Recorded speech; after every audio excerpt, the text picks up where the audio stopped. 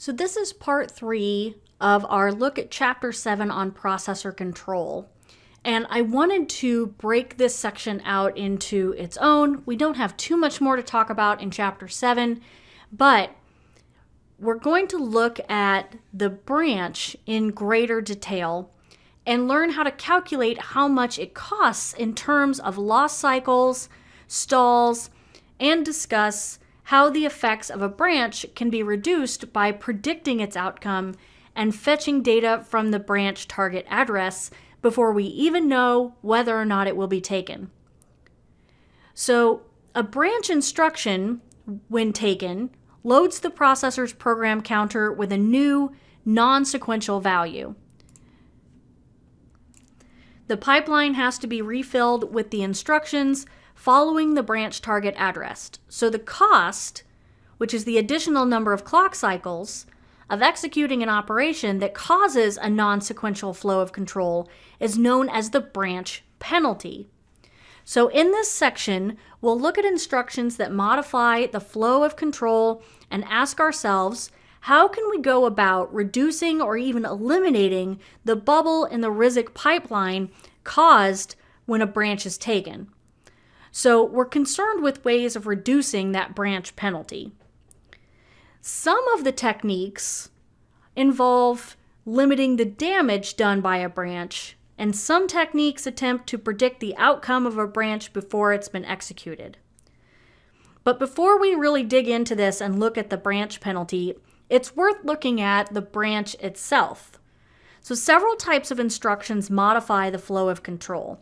So we might have an unconditional branch, a conditional branch, a subroutine call, the subroutine return. We might have internally generated traps and the exceptions and externally generated interrupts that all modify the flow of control. And so subroutine calls and returns are not normally regarded as branch operations, at least from the computer architect's point of view, but they have very similar characteristics from the computer designer's point of view, in that they also occur a branch penalty. So the unconditional branch, right, that's the BRA target, is always taken and forces execution to continue at the target address. But an unconditional branch is equivalent to a high-level language like goto, and its outcome is known at compile time. The outcome of a conditional branch is determined by the state of one or more flag bits in the processor's condition code register or some equivalent mechanism, right? This is how we basically choose almost like an if and else statement for a high-level language. When we are trying to decide which way to go, right, there's some kind of equivalent mechanism, and it's not known until runtime which way we're going to go. And so the conditional branch may be taken, and then the next instruction is the target address, or it may not be taken, and then the next instruction is the sequence that's executed. So when a branch is not taken, the outcome is sometimes called called inline, because the next instruction just immediately following the branch is executed. And hopefully we remember doing this when we wrote some of our ARM assembly programming, and that's part of the reason why we did that, is to really understand what it is that we're talking about here with our instructions. So a subroutine call is a type of unconditional branch, right? It saves the return address, and similarly, the subroutine return is an unconditional branch in that it fetches the target address from a register or from the stack, and some computers support conditional subroutine calls and returns. So understanding some of the different types of branches is important. So let's talk about branch direction, because at first glance, you might be tempted to think that for a conditional branch, there's a 50-50 chance that it's going to be taken, but that is definitely not true. When a branch is used to mechanize a loop, a branch might be taken thousands of times before the loop is finally exited out, or we might call a subroutine several times. But really, what we want to think about is how much emphasis should be placed on the processing of branches that are taken rather than those are not taken. So we start to look at predictions, and then we can start to think about the effect of branches on the pipeline. But really, the branch reduces the efficiency of a pipeline and that architecture by introducing those bubbles or pipeline stalls. So now we can kind of start to look at what does this cost. So let's take a look at this table here that summarizes the effect of a branch instruction for an architecture with a 4-stage pipeline. So we have our fetch instruction, fetch operand, execute, and then store operand. So the first column gives us the clock cycle number, and the other columns show which instruction each of the 4 pipeline stages is currently handling. So at cycle 0, our instruction, I minus 5, is in the final stage of its execution because the operand store phase is what's happening. But at the same time, the previous instruction, I minus 4, is being executed, and instruction I minus 2 has just entered the first stage of the pipeline, right? We can see this on this line right here. So if we assume that instruction I is a branch instruction that forces a jump to the instruction at location N, this branch instruction is first fetched into the pipeline at cycle 2 and reaches the execution phase in cycle 4. If we make the assumption that a branch instruction can first be acted upon at the end of its execution phase, the branch is taken then in cycle 5. So in cycle 5, the instruction at branch target address N is read into the processor, but this table demonstrates that 2 instructions, I plus 1 and I plus 2, following the branch are in the pipeline, and then they have to be aborted or squashed when the branch is taken. And it's not until cycle 8 that the pipeline is completely filled again. So this period during which the pipeline is unfilled following a branch, it's called the pipeline startup latency. There's nothing coming down the pipeline for us to work with. So the effect of a branch that creates a bubble is called an instruction misfetch penalty. So the branch instruction in this table here causes a delay of 2 cycles between the start of instruction I and the start of the next instruction to execute, which is the instruction at target address N. So in practice, the actual situation depends on several factors. So we have assumed here that a condition has to be evaluated and a fetch instruction from the branch target address cannot begin until the end of the execute phase. If the branch is unconditional with an absolute address, the processor can begin fetching the instruction at the target address as early as the following instruction decode phase. Let's take a look at this table here. 710 demonstrates the effect of an early branch resolution. So in this case, only 1 cycle is lost. Clearly, we can see that the detection of branch instructions can be used to reduce branch penalties by taking action at the earliest possible time. Processors once detected branches only after the instruction has been brought into the pipeline and decoded, but schemes have been proposed that give advanced warning of branch instruction as it enters the pipeline, and things like the Itanium family of processors kind of hint at the instruction to help the processor prepare for the branch, which is part of what makes that family of processors a little different. And so if it helps, here's an alternative view of the pipeline, because our table presents one way of looking at it, but really computer engineers use 2 different views, and the only difference being the axes. So this diagram represents an alternative view of that instruction that we just looked at in table 7.9, which had that effect of the branch instruction on that RISC pipeline.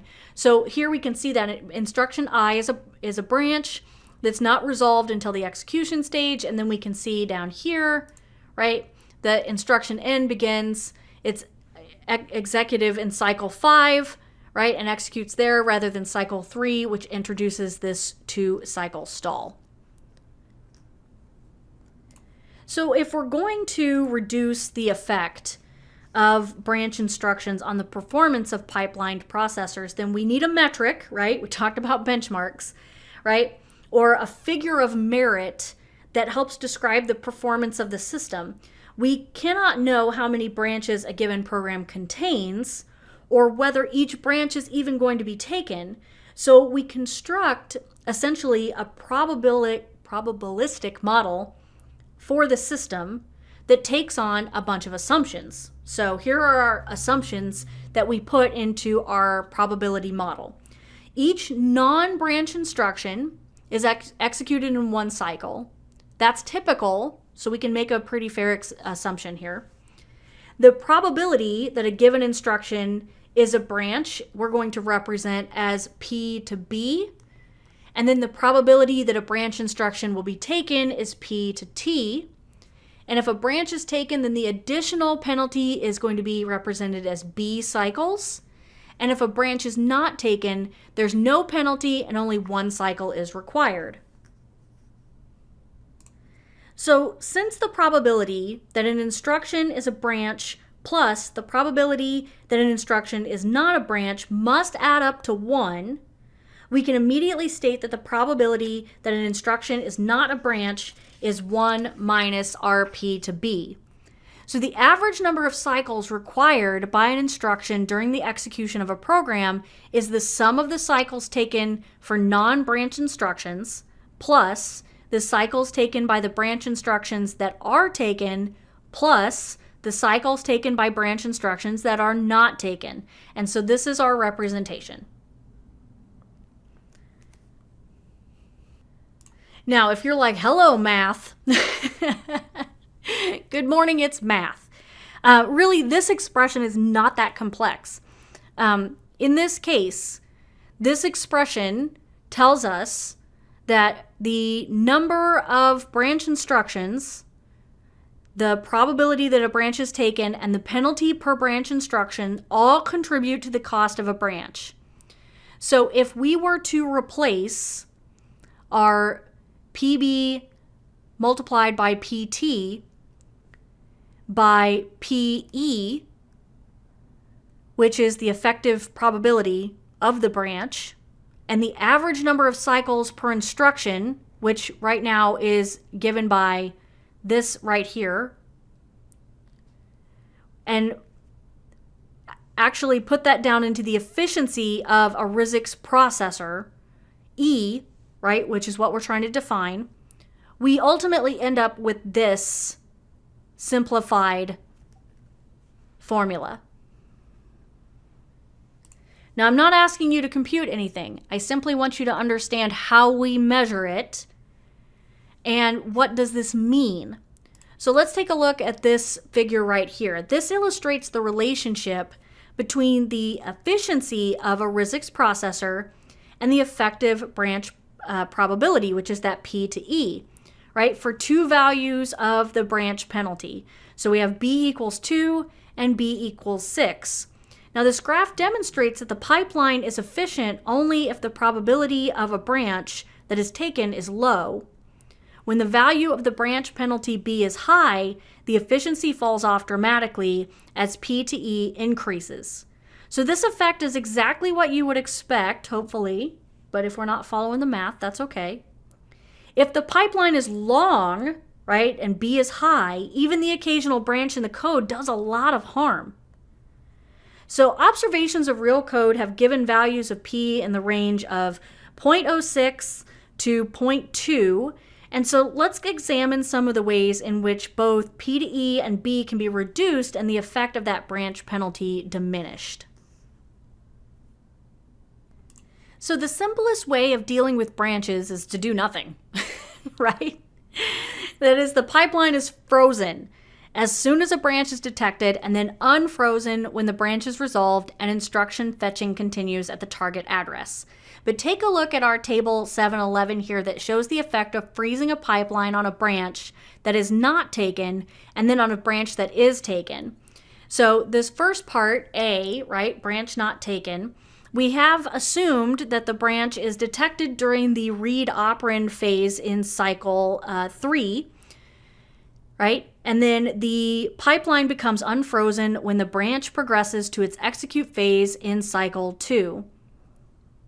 So in B, which is our branch taken, the branch is taken and the pipeline is not unfrozen until cycle, I'm sorry, -1. I said 2. I'm at -2. We have -3, -2, and then cycle -1. Sorry, I left off the minuses. All right, so either way, right, we can see this approach to branching is really inefficient because we have a lot of that latency, right, the downtime in our pipeline. So as we've already seen, some processors implement a delayed branch, which is a technique that, we had that RISC-2, the MIPS, we had the IBM 801 processors. Since the instruction immediately following a branch has been almost executed by the time the branch is taken, it seems intuitively reasonable to just let it be completed. So you place an instruction after the branch, and this instruction is always executed in parallel with the branch. And so let's take a look here at this table. This demonstrates the effect of the delayed branch on a 4-stage pipeline. So we can see that instruction I+1 is always executed, right? This one here, even though it follows the branch. So the branch penalty is reduced by 1 cycle, and it is possible to extend this principle and execute 2 or more instructions following the branch. But consider the average number of cycles per instruction for the 4-stage pipeline with delayed branching in this table right here. When a branch is not taken, the branch penalty is 0 because instruction I+1 is executed and the pipeline is not held up, assuming that the pipeline is not frozen. But when a branch is taken, only 2 cycles are lost because I+1 is always executed. So the RISC code, right, this formulation really helps us kind of move forward with without having so many delays, simply because we're performing that extra step, that extra line of instruction. Now, the delayed branch mechanism is effective if the compiler can find an isolated instruction to place after the branch. And I use the term isolated, so it's like branch independent, to emphasize that you cannot put just any instruction after the branch. So for example, you cannot use an instruction whose execution determines the outcome of the branch.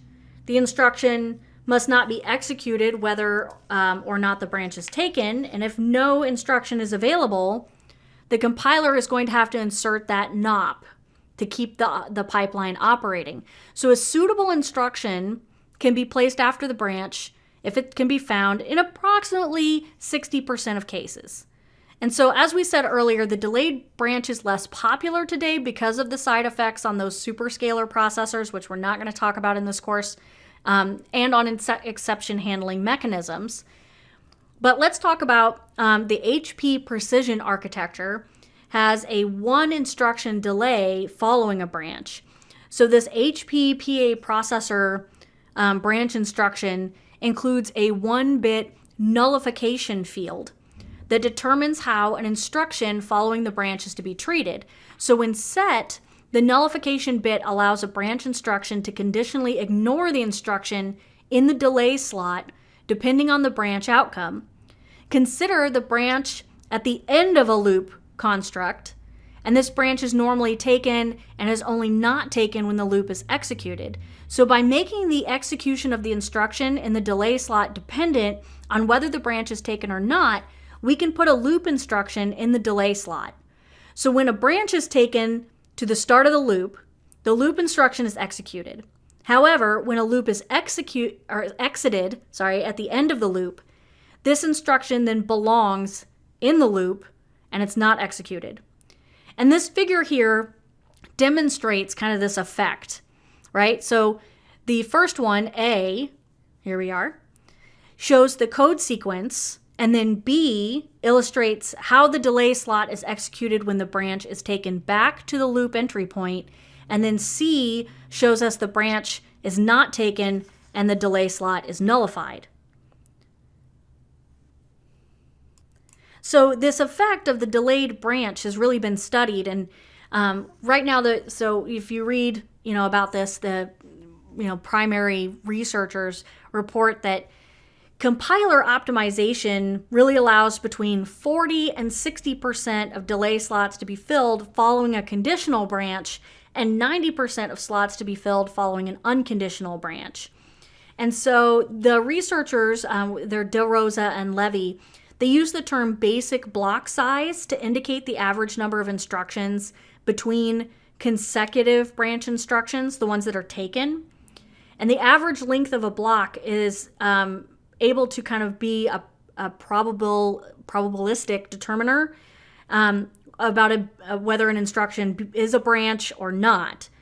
And so they state that delayed branches will have a relatively small impact on computers with large block sizes, and that RISC architectures tend to have larger block sizes than CISC architectures. They also point out that the delayed branch mechanism incurs a penalty in terms of wasted memory space, because about 35% of delay slots are just filled with useless NOP instructions. So if you reevaluated the formula for the average number of cycles taken by an instruction when delayed branching is used and not all delay slots can be filled by useful instructions, then really what we end up with is a value of 1.004 with delayed branching, where it was 1.2 without delayed branching. So what does that tell us? Well, sometimes it's better, sometimes it's not, but it's kind of a trade-off between processor performance and memory waste.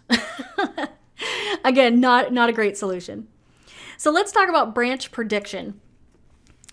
So we know that cycles are lost because the pipeline contains partially executed instructions that aren't executed when a branch is taken. And we use a lot of different words. Like some people use reject, eject, squash, flush.